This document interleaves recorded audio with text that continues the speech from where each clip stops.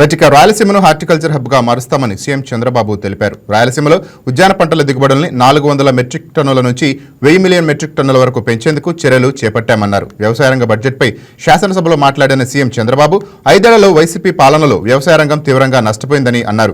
పంచసూత్రాల ద్వారా వ్యవసాయ అభివృద్ధికి చర్యలు చేపట్టామని చెప్పారు. వ్యవసాయ యాంత్రీకరణకు పెద్దపీట వేస్తున్నామని అన్నారు. ప్రకృతి సేద్యం వైపు 40 లక్షల మందిని మళ్లించాలన్నదే తమ ప్రభుత్వ లక్ష్యమని సీఎం చంద్రబాబు రాయలసీమలోని 20 లక్షల హెక్టార్ల ఉద్యాన పంటల్ని 40 లక్షల హెక్టార్లకు పెంచుతామన్నారు. కార్యక్రమానికి శ్రీకారం చుడతాం. ఇదే కాదు, ట్రేసబిలిటీ సర్టిఫికేషన్, దీనికి కూడా ప్రాధాన్యత ఇస్తున్నాం. ఇంత మునిపే మినిస్టర్ గారు చాలా సమర్థవంతంగా చెప్పారు. ఒక విషయం మీరు చూస్తే రాయలసీమకు హార్టికల్చర్ కి ఎక్కువ ప్రాధాన్యత ఇస్తున్నాం. ఈ రోజు మీరు చూస్తే 20 లక్షల ఎకరాల్లో హార్టికల్చర్ ఉంది. అదే మాదిరిగా 400 మిలియన్ మెట్రిక్ టన్స్ పండ్లు కూరగాయలు తయారవుతున్నాయి, ఉత్పత్తి అవుతున్నాయి. దీన్ని రాబోయే రోజుల్లో రాయలసీమ ఈరోజు దేశంలో వీఆర్ నెంబర్ 1. అంటే మొత్తం అన్ని రాష్ట్రాల కంటే ఎక్కువ పండ్లు పండించే రాష్ట్రం ఆంధ్రప్రదేశ్ రాష్ట్రం.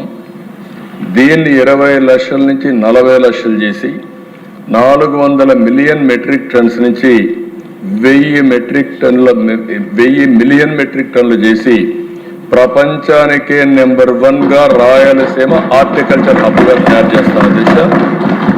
దీనికి ఒక ప్రాజెక్ట్ కూడా తయారు చేశాం. క్లస్టర్ విధానం పెట్టుకున్నాం. 30,000 కోట్ల రూపాయలతో ఒక ప్రాజెక్ట్.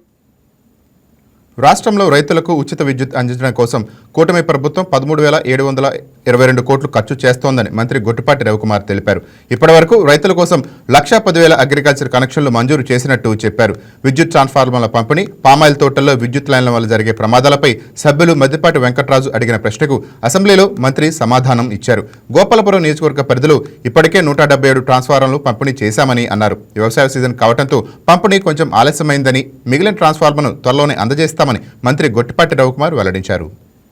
పైన కనెక్షన్స్ అగ్రికల్చర్ కనెక్షన్స్ ఇచ్చాము. వీళ్ళ కాన్స్టిట్యున్సీలో కూడా దాదాపు ఇప్పటికే చాలా పెద్ద ఎత్తున కనెక్షన్స్ ఇచ్చాము. మిగతా అన్నింటిని కూడా తొందరలోనే కంప్లీట్ చేస్తామని చెప్పి చెప్తా ఉన్నాను. ఇంకా పలు సమస్యలు అడిగారు. విద్యుత్ లైన్లు షిఫ్టింగ్ అడిగారు. అది చాలా ఖర్చుతో కూడింది. వాటి మీద ప్రత్యేక దృష్టి పెట్టి ఏం చేయాలని చూస్తున్నాం. ఖచ్చితంగా పామాయిల్ విస్తరించాల్సిన అవసరం ఉంది రైతుల కోసం.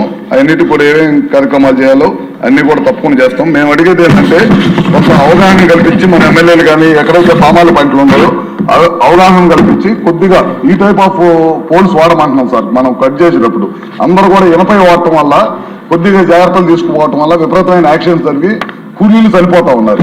మనం ఏమడుగుతున్నామంటే కవర్డ్ ఫైబర్ రీఇన్ఫోర్స్డ్ ప్లాస్టిక్ అని ఇప్పుడు వచ్చినాయి సార్. అది ఒక్కోటి 5,000 నుంచి 4,000 నుంచి 5,000 ఉంటుంది. వీటిని రైతులు కనుక రైతు కూలీలకి అందజేసి వాటి ద్వారా పని చేపిస్తే కనుక చాలా వరకు యాక్సిడెంట్స్ తెచ్చిపోతాయి. వీటిని వాడమని చెప్పి పలుసార్లు రిక్వెస్ట్ చేసినాం. అదేవిధంగా మనకు పవర్ లైన్స్ ఇళ్ల మీద నుంచి వెళ్తున్నాయని చెప్పారు. వాటి మీద దృష్టి పెట్టాం. కొన్నిసార్లు మన ఫండ్స్ అవైలబిలిటీని బట్టి దాని తర్వాత ఒకటి చేసుకుంటూ వెళ్తున్నాం. చాలా పెద్ద ఎత్తున ఉంది సార్. గతంలో పవర్ లైన్స్ కిందకి వెళ్ళి ఇల్లు కట్టుకుంటా ఉన్నారు. వాటి వల్ల ఈ ప్రమాదాలు ఎక్కువగా జరుగుతున్నాయి. అట్లానే వ్యవసాయ పామాయిల్ తోటలు వేసేటప్పుడు కూడా పవర్ లైన్స్ ఉన్న చోట ఒక లైన్ వదిలిపెట్టకుండా అవి కూడా వేసిన తర్వాత. ఈ వీడియో మీకు నచ్చినట్లయితే లైక్ చేయండి, షేర్ చేయండి, మా ఛానల్ కి సబ్స్క్రైబ్ చేయండి.